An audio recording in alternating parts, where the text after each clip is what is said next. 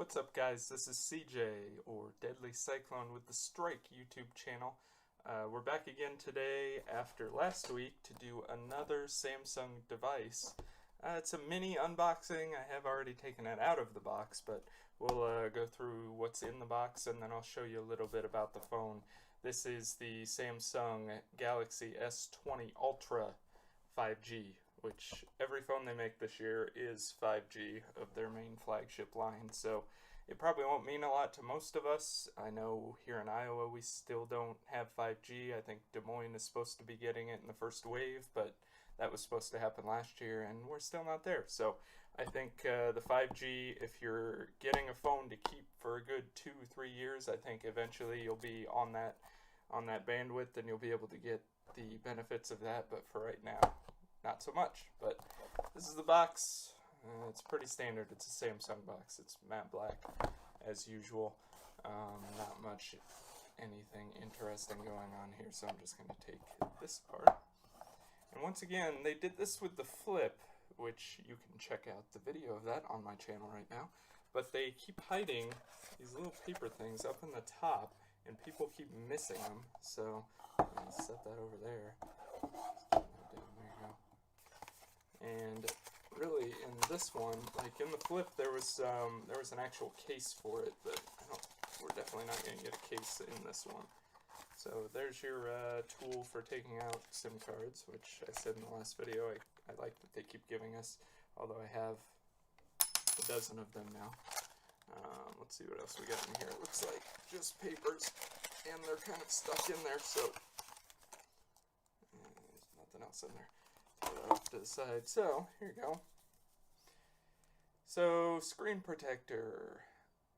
They actually put this in here now because all the issues with the fold and not necessarily the flip, but I think they started doing this actually a couple of years ago. So the device itself has this like kind of scratch protector on the top that you could peel off if you want to, but it definitely is on there to help. You can use a different screen protector, so if you're worried about dropping it, I would say definitely get a different one because this one's just more for like your keys. But like they tell you here, you can take it off and use a different one, but just make sure it's a proper one. Throw that over there. We've got our quick reference guide and our Verizon stuff and all that junk that you always see. So this just has, Samsung Pay, Google Duo, Photos, your initial settings. I like that Android's been doing this now where it's easy setup from either an iPhone or an Android. I actually, on the flip, I switched over from my iPhone and it actually pulled over a lot more than I thought it was going to, so that smart switch stuff is nice. You got about your phone. They added the micro SD back a couple years ago, so that's nice. There's a in-display fingerprint scanner, which I have yet to set up. USB port, USB-C, all your cameras, your SIM card tray, all that normal stuff. And then just your mobile apps and your premium care. That's pretty much that. So we'll go ahead and take this out of here. I'm just going to set it off to the side for now. Try not to scratch it. And in the bottom we have another little cover, just Samsung. In here we have our USB-C charger, that fast charge, super fast charging, helps when I get the light on it. So that should be pretty nice. I'm trying to remember if they said this was exactly the 45-watt charger. I don't think it is, but they do have a 45-watt charger that you can also buy, which will be even faster. So there's that, standard USB-C. Fun stuff, right? This looks like a little tiny cardboard house of some sorts that has nothing in it. Not a whole lot in these boxes anymore, man. This looks like your cable. Let's open that up.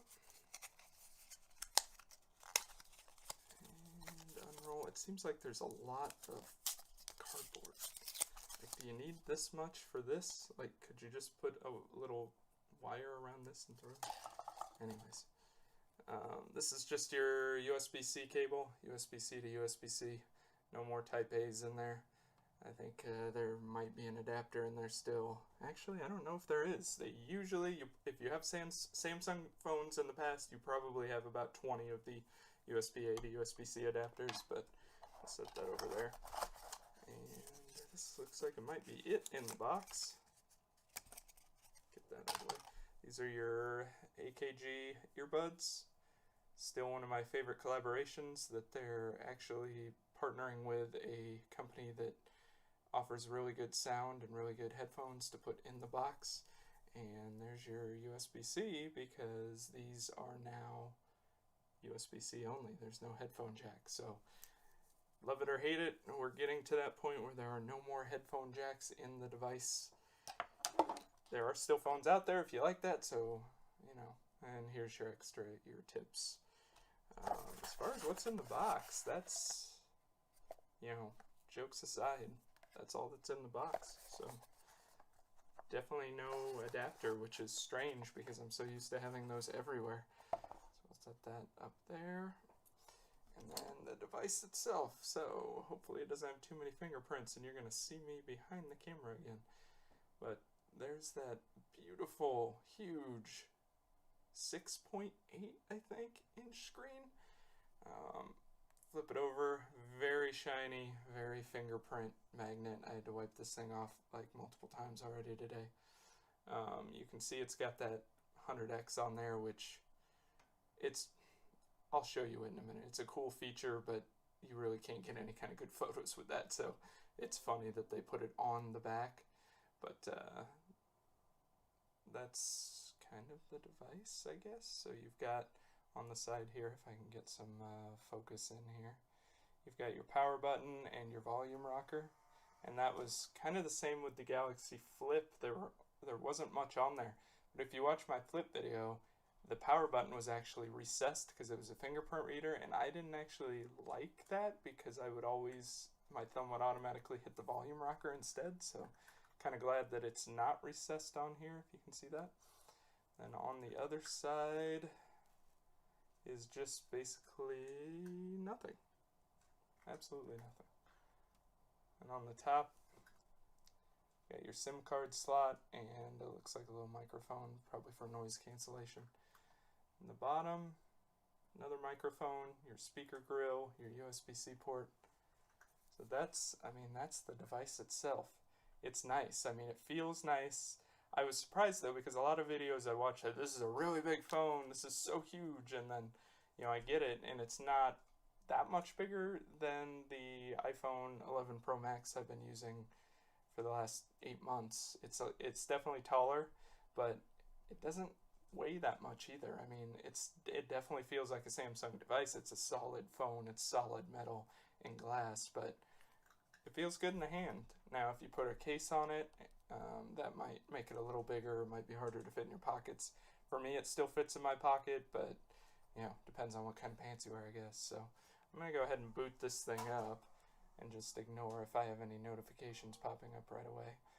But you get that nice 5G logo on there for really no purpose unless you live in a downtown area of a giant city.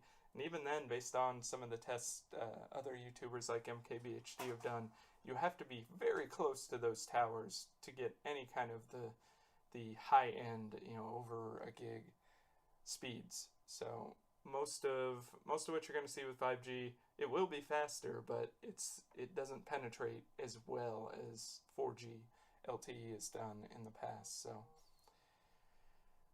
phone restarted. Let's see if we can unlock it here. I'm gonna pop it over here, put my pin in, because you guys don't need to know that in case you ever find me.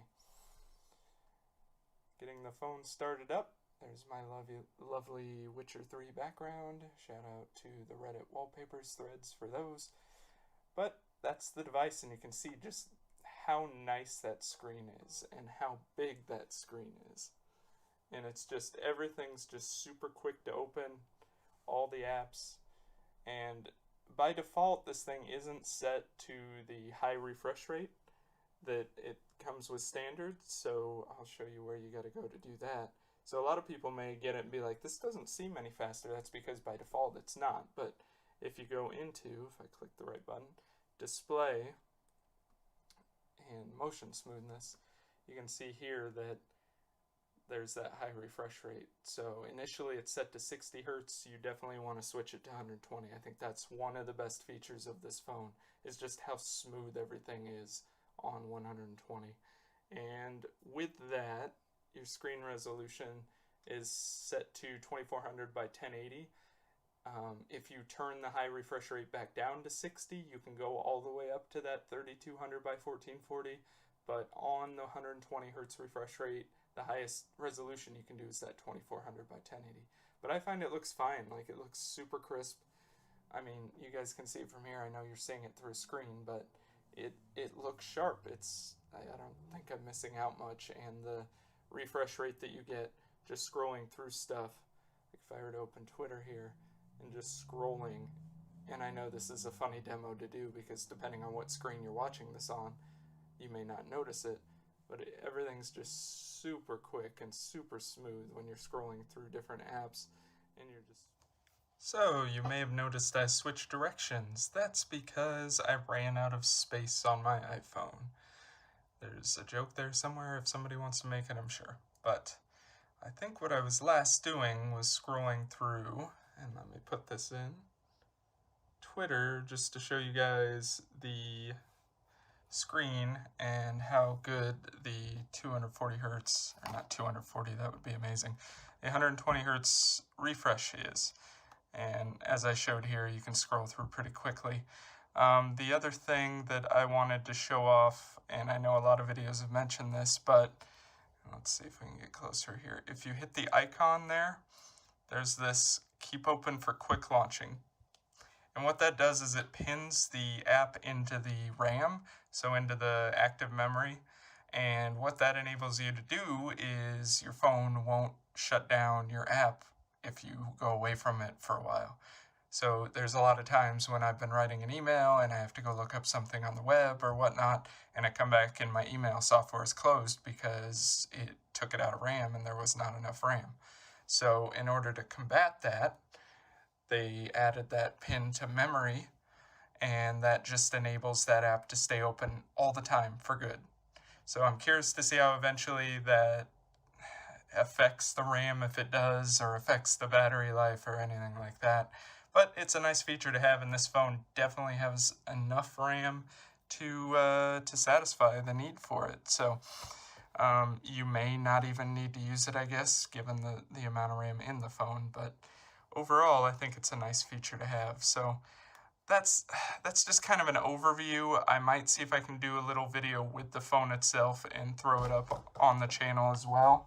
But we'll try to keep using this thing and try to give you guys an update. If there's any specific questions you have about the device or about what it can do and what the zoom looks like, if I show you that real quick because it's ridiculous. You can see as you start to zoom in here, you've got your 100 times zoom, which, you know, is just pointless. It's nice that it shows you where you're at. So even if I like point out into my hallway here, I can barely even tell what I'm looking at. It's just a dark hallway, so you're not going to see much. But so you've got that zoom that goes all the way in, and then all the way back out, and then out even further. So that's nice. But anyways, if you guys have anything specific you want me to take a look at on the device or show on a video, I can definitely do that. But overall, first impressions, it's a very solid device. The screen is fantastic. I know there's some issues with the autofocus on the video itself, and I think Samsung's going to put out a patch that hopefully helps that. So we'll see how that does. I did notice a few issues when I was filming some stuff with it. But other than that, it's expensive. It's around $1,400, I want to say. There are other options. You can get the Galaxy S20 or the S20 Plus, which obviously don't have the crazy specs this has, but have enough that it's probably great for 99% of people. But for the power user, this is a power device, and it's big, and it's got all the memory, and it's got all the specs, and the giant camera, and the sensors, and anything you could possibly want. So if that sounds good to you, I wouldn't have a hard time recommending the phone. It's going to take me a little bit longer just to see how much I like it in day-to-day use, but that's kind of it for now. So if you guys have anything, go ahead and subscribe and then leave some comments, and I can definitely answer some stuff down in the questions or in the comments area. If there's anything you want to see on video, just let me know and I will show that as well. But that's the device. That's the Samsung Galaxy S20 Ultra 5G, which is a mouthful. So, like I said, be sure to subscribe, hit the like button, let me know if there's anything you want to see. Thanks for watching again, guys.